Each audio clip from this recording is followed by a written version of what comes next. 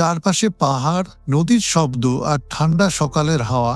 ভালুকপং থেকে আজ আমরা রওনা দিচ্ছি দিরাংয়ের পথে। আজ আমাদের ট্রিপের দ্বিতীয় দিন। খুব ভোরেই বেরিয়ে পড়েছি, কারণ সামনে আছে পাহাড়ি পথ, অসাধারণ ভিউ আর কিছু সুন্দর স্পট।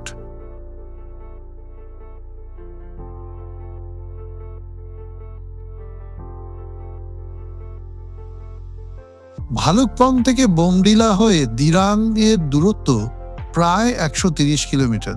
সাধারণত সময় লাগে 4 ঘন্টার মতন, কিন্তু আমরা স্পট ভিজিট আর ব্রেক নিয়ে ধরছি মোটামুটি 6 ঘন্টার জার্নি। এখানে একটা গুরুত্বপূর্ণ কথা মনে রাখবেন, অরুণাচল প্রদেশে ঢোকার সময় border check post inner line permit check করা হয়, তাই আইএলপি হাতের কাছেই রাখবেন। সবচেয়ে ভালো হয় আগের দিনই আইএলপি তৈরি করে নিলে। সাথে রাখবেন একটা আইডেন্টিটি প্রুফ আর 1 কপি পাসপোর্ট সাইজ ফটোগ্রাফ, তাহলে বর্ডারে কোনো ঝামেলা হবে না আর যাত্রাটাও থাকবে একদম স্মুথ। পাহাড়ি রাস্তায় জার্নি মানেই মাঝে একটা ছোট্ট ব্রেক খুব দরকার। রাস্তার ধারেই এক ছোট্ট দোকানেই আমাদের আজকের ব্রেকফাস্ট, গরম চা, ম্যাগি আর পাহাড়ি হাওয়ার সঙ্গে কিছু শান্ত মুহূর্ত। ভালুকপং ছাড়ার পর আমাদের প্রথম স্টপ হলো টিপি অর্কিড রিসার্চ সেন্টার।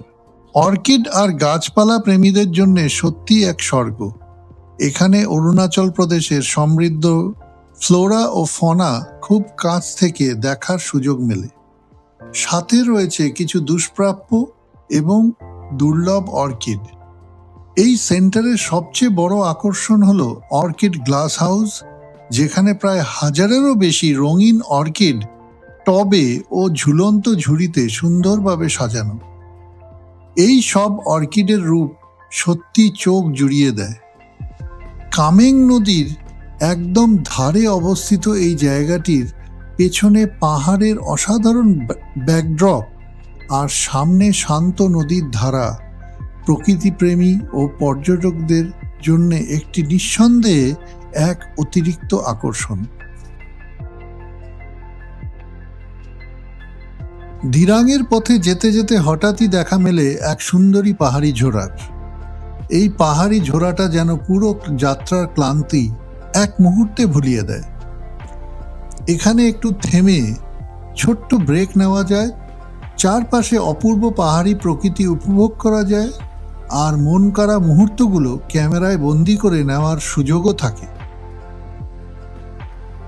পাহাড়ি পথে এগোতে এগোতে চারপাশের অপূর্ব প্রকৃতি আর রাস্তার ধারে থাকা ছোট্ট ছোট্ট মন্দির উপভোগ করতে করতেই আমরা পৌঁছে যাই নেচিফু টানেলে।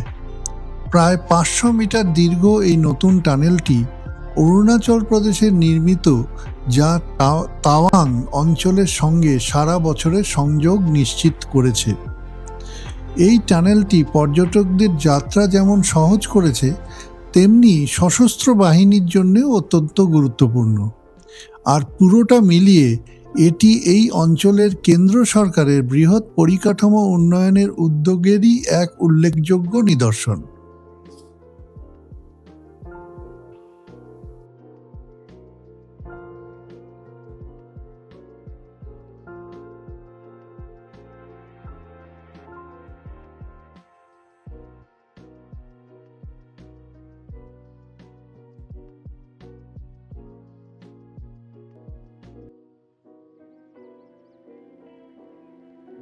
ভালুকপং থেকে দিরাংয়ের পথের পড়বে নাগ বাবার মন্দির। এটা শুধু একটা ধর্মীয় স্থান নয়, বরং পাহাড়ি যাত্রাপথের এক গুরুত্বপূর্ণ বিশ্বাসের কেন্দ্র।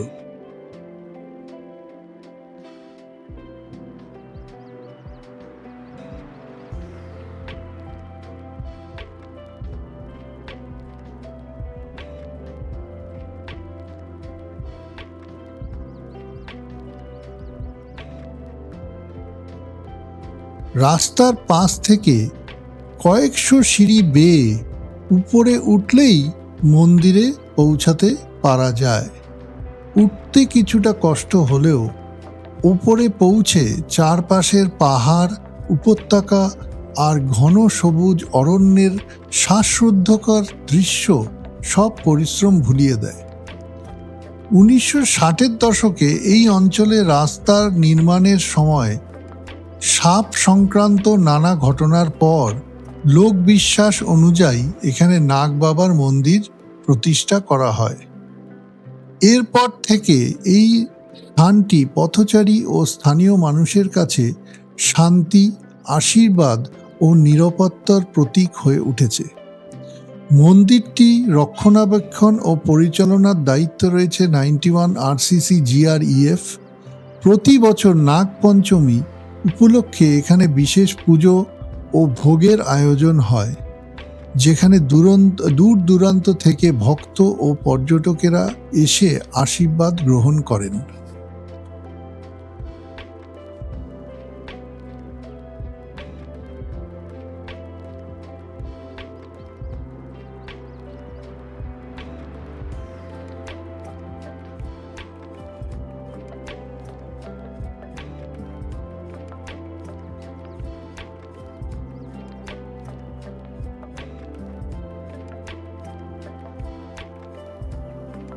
আমাদের ট্রিপের তৃতীয় দিনের শুরুটা হলো একেবারে শান্ত আর আধ্যাত্মিক পরিবেশে।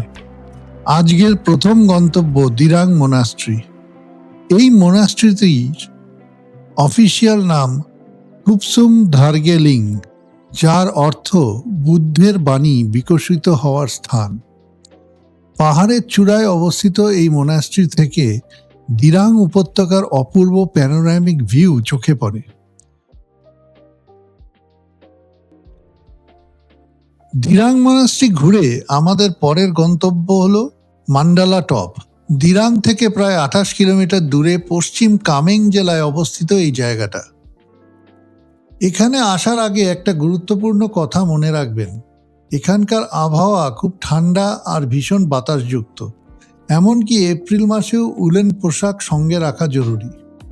মান্ডালা টপের মাঝখানে রয়েছে 22 ফুট উঁচু তামার বুদ্ধ মূর্তি, যার চারপাশে বৃত্তাকারে সাজানো আছে 108টি মানে বা প্রেয়ার হুইল। বৌদ্ধ ধর্মে 108 সংখ্যাটির বিশেষ তাৎপর্য রয়েছে। এটি মানুষের 108টি কামনা, ভ্রান্তি আর মোহর প্রতীক, যা অতিক্রম করেই নির্বাণের পথ খুঁজে পাওয়া যায়। মান্ডালা টপ শুধু আধ্যাত্মিকতার জায়গাই নয়, এটি অরুণাচল প্রদেশের সেরা 10টি পর্যটক স্থানের মধ্যে একটি। এই অঞ্চলটি পাখি প্রেমিকদের জন্যও স্বর্গ। শেরগাঁও ও কালাকতাং এই বিস্তীর্ণ অরণ্যের সঙ্গে মিলিয়ে এটি একটি গুরুত্বপূর্ণ বার্ডিং জোন।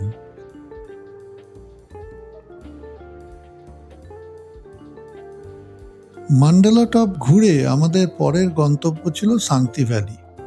দিরাং থেকে প্রায় 14 কিলোমিটার দূরে অবস্থিত এই পূর্ব হিমালয়ের সুউচ্চ পাহাড়ে ঘেরা এক অপূর্ব প্রাকৃতিক স্বর্গ।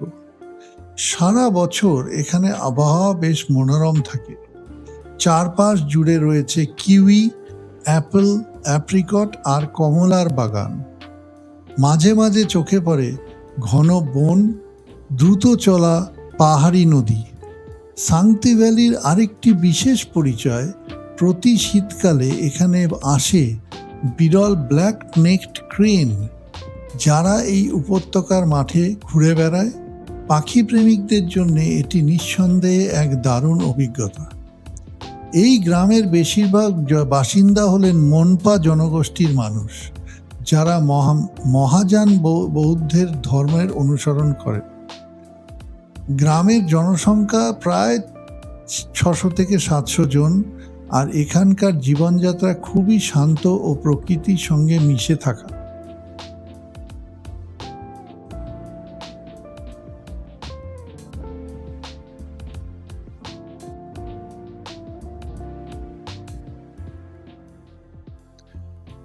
দিরাংয়ে আমাদের 2 রাতে থাকার ব্যবস্থা ছিল দিরাং ট্যুরিস্ট লজে।